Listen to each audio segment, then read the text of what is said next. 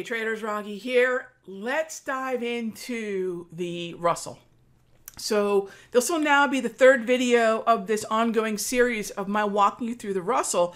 And what I want to do now is talk about the setup, talk about the target with you all, and further talk about how we saw this trade, how we confirmed this trade, and the tools that I used so you can recreate these choppy market setups. So let's kind of go to the root of the setup. Why we want to look for a buy? Because the trend that preceded the chop that we are in right now was an uptrend. So that focuses us really more on the path of least resistance still being up. What else do we like? Well, we're still above this 200 exponential moving average. And that 200 EMA is a lot like the equator. You got your bullish hemisphere, you got your bearish hemisphere. So generally speaking, a market still tracking above its daily time frame 200 period exponential is going to be generally viewed as still a slightly bullish market. So as it comes down to test these, that's actually a pretty good support level there. Okay, next thing. Well, how do we identify where these turning points are going to be? Realize the first time that we tested here, well, there's no real way to know that was going to be the low. The second time it happened, so this is the second time, the third time, the fourth time, and now the fifth time, okay? Now notice I did not include this or this because it did not get down to this zone in here. This most recent entry, and the one that preceded it, used the 200. And you can see we stopped at the 200 now twice, two times. Look at the behavior of the market. Look at the patterns. What's a simple pattern here? Minor low bouncing off the 200. So those are pretty simple things to recognize. All of these were automated. So this Darvis, automated. The fact that the 200 symbol is in play, automated. This is actually the cross between the 8 and the 200 and the relationship to price that actually turns this on. Now, this is a little bit more helpful when we have shorter exponential moving averages, but nonetheless, here it is. So Darvis is automated, the 200 is automated. Well, let's take a look at another study that's not price-based. The V-score. Support, support, support, all along this -1 standard deviation. A little bit below it here, but really good support it there. A little bit below it here, but again, support at the -1 standard deviation of the Z-score that I pull on a volume-weighted average price. So this allows me to see +3, 2, 1 mean, -1, -2, -3. So I know how many standard deviations away from the mean on the VWAP that we are. So very different than using just a straight up volume weighted average price. So I knew that when we get down to this area, this market is not going to keep going lower. The chances are that it's sitting at an oversold trough. So I put the V-score to work. Then I know that this really puts everything together. This really is the glue.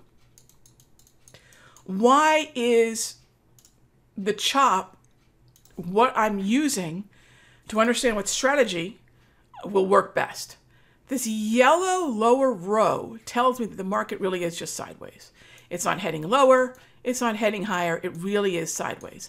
And in a sideways, or what we call a yellow market, that yellow row, that yellow lower row, when I have a yellow market, I know that we're going to meander between a range. And when we get down to the lower part of the oversold part of the range, this is a buy.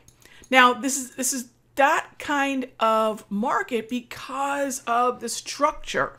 I'm not randomly assigning an oversold buy. I'm not randomly talking about buying a dip or buying an oversold support level. All of that strategy, all of the idea of what I'm going to do comes from the overall environment or the structure of the market. And the structure really is this second or lower row of the JT multi. Now I bring all this up because every single tool that helped me get into this market and even determine what it is that I want to do is included in my workspace bundle. So some of you might say, well, Rog, I know you've been walking me through this for about 3 days, but I'm not quite up to speed on what the setup was or the tools that you use or even the order that you use them in. Well, for the first time when we order the bundle, or when you order the bundle on this particular offer at simplertrading.com/Raghee-workspace-bundle, you're getting 2 sessions of live trading with live trades that I'll be alerting out with the bundle. So you get all the indicators, you can put this on your chart, and then we're going to trade together live. And in those live trades, you'll see what I'm doing with the tools, and you'll be able to, well, frankly, get in on the trades as well. But more so, you'll be able to see the transparency in the process. And I'm really stoked about this because we've had the bundle out there forever. The cool thing is now we've got trading view indicators as well as TOS. So those of you that maybe aren't on TOS or love trading view charts like I do, we've got that included in the bundle now. And a couple things that I've actually only offered through classes. One was the JT multi and even my volume flags. So these will both be, you'll see the JT multi here, and do they have the volume? Well, I'm telling you right now, the volume flags will be included as well. So it's everything that you see here on this screen, as well as if you're on TradingView, I'll show you a couple of the tools that are built into TradingView that I use, like the volume profile that's sitting along the hard right edge. That's within TradingView, and I'll teach you and show you guys all that stuff during our 2 sessions of live trading. Again, the live trading is meant to show you how the indicators work in a live market while I'm setting up and calling out trades. And so I'm super excited to be able to have the ability to let you play with the tools and then let me guide you through using them. Super excited.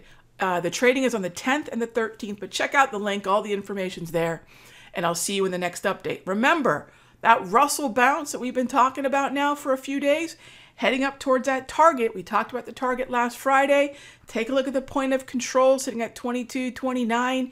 I think between 22.25 and 22.29, we've got a really great fatigue level. Take some profits off that 2100 bounce. Not a bad trade. I know some of you took it on the futures. Some of you took it on the IWM. Remember, when the futures get to that level, that's when we'll scale out of that IWM. All right. Hope that helped, and I'll see you in the next update. Hey traders, Raghee from Simpler Trading. Thank you so much for watching this video. Be sure to leave a like and a comment below. And remember, subscribe and click the bell icon so you'll get notified of the next update. And when you're ready to join me for live trading, be sure to head on over to simplertrading.com. I'll see you in the next update.